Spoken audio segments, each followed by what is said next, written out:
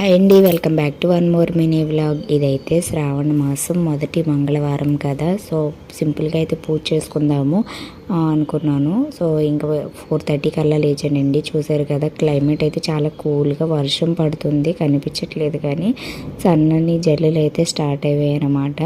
So ఇంకా ఈరోజైతే కుదరదు అనుకున్నాను యాక్చువల్గా. సో ఇంకా కుదిరింది కదా అనేసి సింపుల్గా అయితే చేసుకుందాము అనేసి ఫ్రెష్ అయిపోయి వచ్చి మంచిగా అయితే పూజ చేసుకున్నానండి. సో నాకు కుదరదు అనేసి ఏమీ తెప్పించుకోలేదు. సో ఉన్న దాంట్లోనే పెట్టేసుకున్నాను, దీపం పెట్టేసుకున్నాను అనమాట. సో టెంపుల్కి వెళ్దామని చాలా ఉండింది, బట్ వర్షం వల్ల అయితే ఆగిపోవాల్సి వచ్చిందనమాట.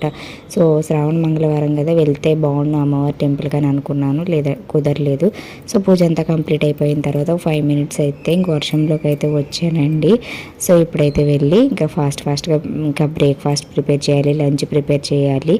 సో కిచెన్లోకి వెళ్తే ఇంక పరుగులే అనమాట.